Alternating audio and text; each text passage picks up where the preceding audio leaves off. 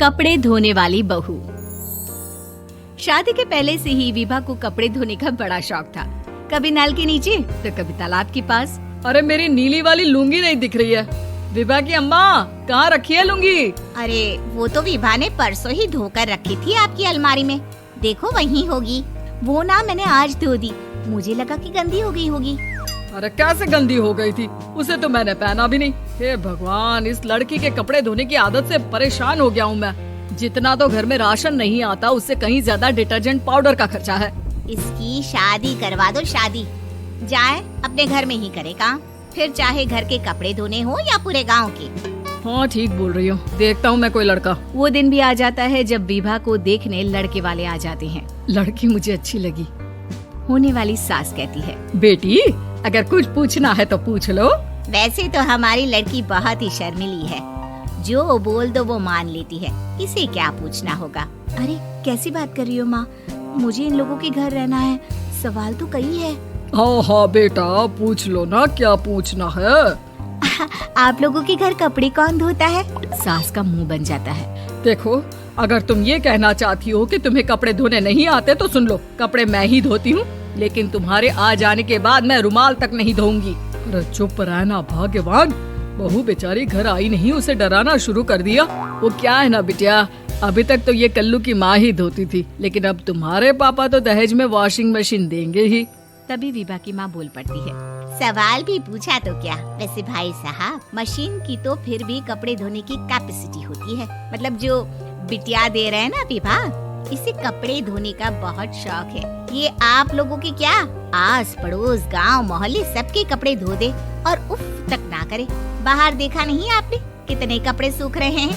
सब हमारी बिटिया ने ही तो धोए हैं। बस भी करो ना माँ, शर्म आ रही इतनी तारीफ सुनकर। और तो और एक दाग निकाल कर दिखाओ तो मान जाओ। हाँ अच्छा माफ करना बेटा, मैंने गलत समझा। हमें तो रिश्ता बहुत पसंद है। और ऐसे जुड़ जाता है रिश्ता कपड़े धोने का शौक रखने वाली विभा का। उसकी शादी हो जाती है कोयला फैक्ट्री में काम करने वाले कल्लू के साथ। शादी के बाद अचानक विभा चिल्लाती हुई सास के पास आती है। सासू माँ, अरे सासू माँ कहाँ है आप? ये तो धोखा है, धोखा दिया आप लोगों ने मुझे। इसे ससुर के चक्कर के बारे में पता चल गया।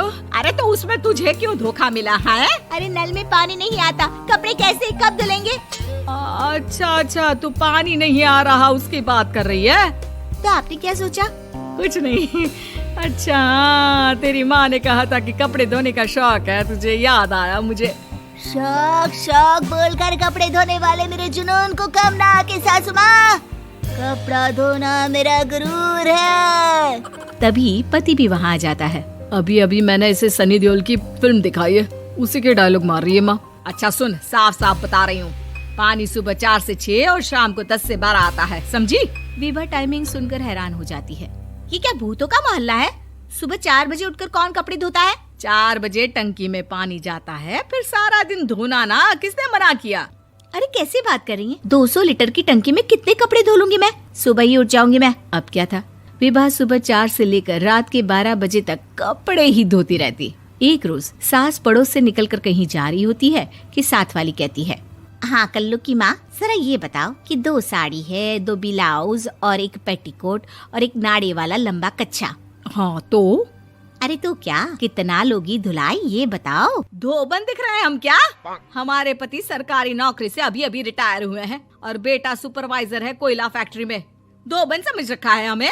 हाय रे कल्लू की अम्मा, माफ कर दो, वो तो मोहल्ले में यही सब बता रहे थे कि तुमने बहू को कपड़ा धुलवाने के काम में लगा दिया है। सास को पड़ोसन की बात सुनकर गुस्सा आ जाता है। वो घर पहुंचती है जहां घर के बाहर ही इतने सारे कपड़े सूख रहे होते हैं जितने कि किसी धोबन के घर पर। अरे ओ कल्लू की दुल्हन, बाहर निकल। माँ जी यहीं आ जाओ, बाथरूम में चादर धो रहे हैं हम। अरे अभी हम धोते हैं, तुमको बाहर निकलो। ये आस पड़ोस वाले बोल रहे हैं कि हम बहू से कपड़े धुलवा कर उसे कपड़ा धोने वाली बना दिए हैं। अरे छोड़ो ना माँ जी, किन लोगों की बातों में आती हो? आस पास के लोगों का तो काम ही होता है कि वो किसी तरह सास बहू को लड़ा दे। बहू सारे घर के कपड़े धोती है, ये क्या कम है? बोलिए। सास को भी लग जाता है कि वो बहू का ये सनकीपन नहीं छुड़वा सकती, इससे अच्छा है कि खुद ही चुप हो जाए। एक रोज सास और बहू मंदिर जाते हैं, जहाँ सास की साड़ी वहाँ खड़ी भीख मांगने वाली से मिलती है। माँ जी क्या बात है, आपकी साड़ी उस भिखारन से कितनी मिल रही है ना? हाँ हाँ, देखो तो दोनों की साड़ी मिल रही है। क्या बात है कल्लू की अम्मा, तुम खुद को तो अफसर की बीवी बताती हो और ऐसी सिंपल सी प्लेन साड़ी पहनकर घूमती हो। सिंपल और प्लेन नहीं है ये साड़ी। तो क्या सोने के धागे से फूल बने हैं? कुछ भी सासू माँ, कुछ भी। हाँ, बने थे इस साड़ी में सोने के धागे से फूल। मेरे पति लेकर आए थे मद्रास से स्पेशली मेरे लिए 10,000 की। ताहे भाई साहब इस भिखारन के लिए भी सेम टू सेम साड़ी लेकर आए होंगे 10,000 की। सास उस वक्त तो कुछ नहीं कहती, लेकिन बहू के साथ घर आती है और अलमारी से एल्बम निकाल कर लाती है। ये साड़ी देख रही है, ये वही साड़ी है जिसे मैंने अभी पहना था। इस साड़ी में ये जो चमकदार फूल दिख रहे हैं ना, ये सोने के धागों से काढ़े गए हैं।